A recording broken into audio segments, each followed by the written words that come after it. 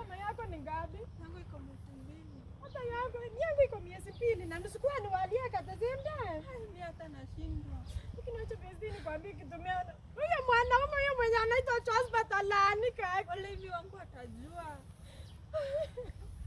Lakini usijali, lakini unaona mimi nimeamua hata kwenda kununua sumu ama tuingie mache pesa. Hata nisingia huko sasa. Aya besti. Kwani mnafanya nini huku? Tunafanya nini tu huku aachwa wewe? Sasa unalilia Josephat. Mwanaume anavaa masuruali zimeraruka. Unalilia Josephat. Utafanya nini? Mimi niliachwa. Uliachwa pia wewe? Sijakwambia. Niliachwa na niko almost. Mwezi wa 8 napata mtoto. Fanya nini sasa? Sasa napanga hivi. Niko na kazi. Nitakuwa nawafungia mgoka asubuhi una deliver. Nitakuwa nakulipa mimi kila siku. Na unataka ngapi? Pesti unataka tuanze kuuza maboga. Iko pesa. Sikieni kama leo nimemake pesa ngapi? Nimemake 2000 kwa mwezi. Hapana.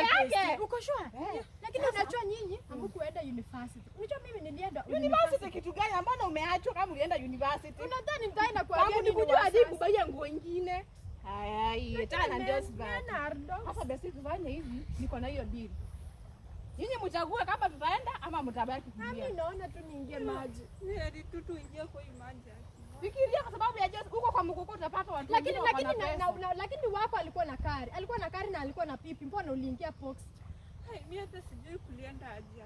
Hatujui kulienda aje. Sijui kulienda. Hata unakaa kuachwa. Huyu lakini akunywe sumu, si ndio? Anakaa kuachwa. Mimi naweza jirusha kwa maji. Enda. Sijirushe.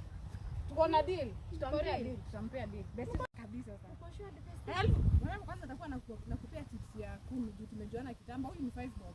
Sawa. Nipea 5 bob. Acha Usijirushe basi tuende. Alafu siku nyingine tena uende kwa hao wako. Unajua hili wangu alikuwa comrade. wangu ni kama amesikia unapiga kelele sana. Boli. Amesikia? Unajua yangu ana masikio bado. Yangu achapata masikio. Endeni.